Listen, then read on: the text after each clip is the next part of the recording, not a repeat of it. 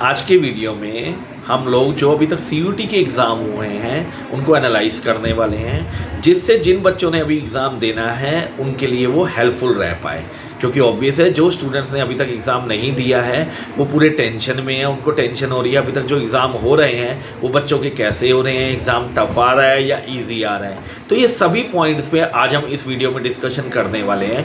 तो मैं इतना ही बोलूँगा मेरा बच्चा, वीडियो को एंड तक ज़रूर देखिएगा क्योंकि ये वीडियो आपके लिए बहुत बहुत ज़्यादा हेल्पफुल रहने वाली है। हेलो गाइस, कैसे हैं आप सब? उम्मीद करता हूँ बहुत बहुत अच्छे होंगे।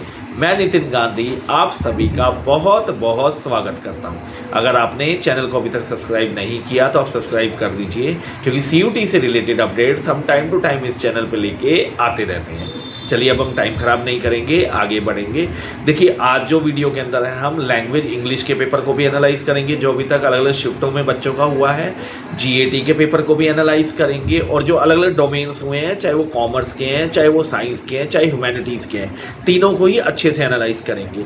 फिर मैं आपको बताऊंगा आपको कैसे आगे पढ़ के जाना है जिससे आपका पेपर बहुत अच्छा हो। जो बच्चों को कमियां अपने में दिखी वो कमी आपको दिखनी नहीं चाहिए जब आप एग्ज़ाम को दे रहे होंगे। तो मैं इतना ही बोलूँगा, वीडियो को एंड तक जरूर देखिएगा।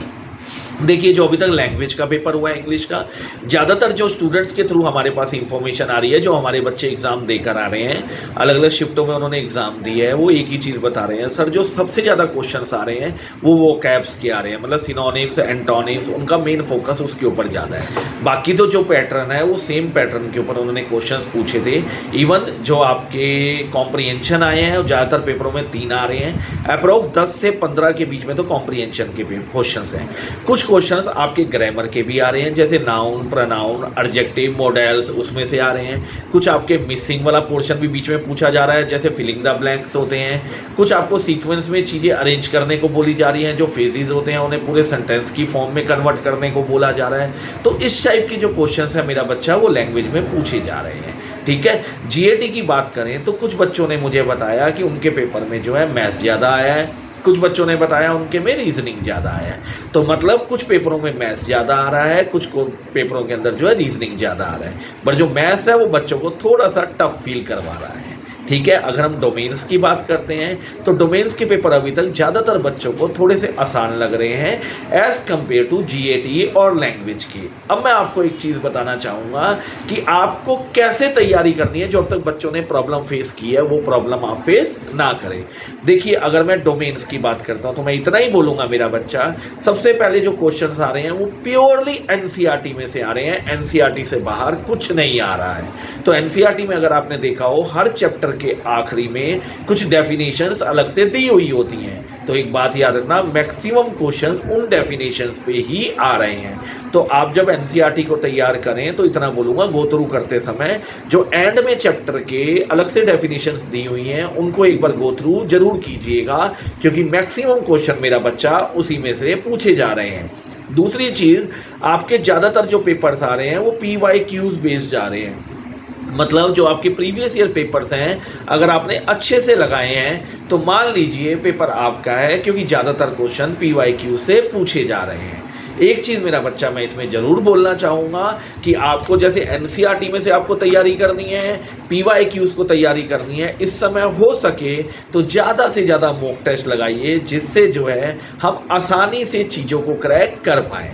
ठीक है मेरा बच्चा, बट एक चीज़ याद रखिएगा, जब आप लैंग्वेज को तैयार कर रहे हैं तो ज़्यादा से ज़्यादा वोकैब पे मेहनत कीजिए, ज़्यादा से ज़्यादा अपने कॉम्प्रीहेंशन पे प्रैक्टिस कीजिए क्योंकि कॉम्प्रीहेंशन के 10 to 15 क्वेश्चंस के बीच में क्वेश्चंस आ रहे हैं। तो आप कोशिश कीजिए जितने ज़्यादा से ज़्यादा कॉम्प्रीहेंशन की प्रैक्टिस करें, ग्रामर की प्रैक्टिस करें, इवन सेंटेंस मेकिंग की प्रैक्टिस करें क्योंकि बहुत ज़्यादा जो क्वेश्चंस हैं उनमें से पूछे जा रहे हैं। जब हम जीएटी की बात कर रहे हैं तो जो स्टूडेंट से पता लगा जो रीजनिंग के अंदर क्वेश्चंस आ रहे हैं वो ज़्यादातर इस तरीके के आ रहे हैं, ब्लड रिलेशन हो गया, डायरेक्शन हो गया, रैंकिंग हो गया, कोडिंग डिकोडिंग हो गया, सीरीज हो गया।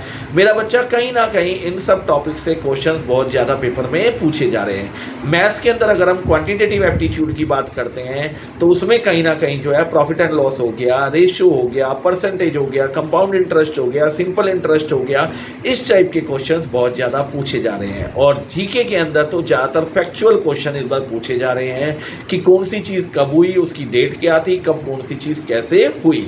तो ज़्यादा क्वेश्चन इस तरीके के पूछे जा रहे हैं। तो मैं इतना ही बोलूँगा, ज़्यादा से ज़्यादा फोकस कीजिए अपने मॉक टेस्ट लगाने पे और PYQs पे, क्योंकि पेपर अगर आप चाहते हैं अच्छा हो तो ये चीज़ आपके लिए बहुत ज़रूरी है।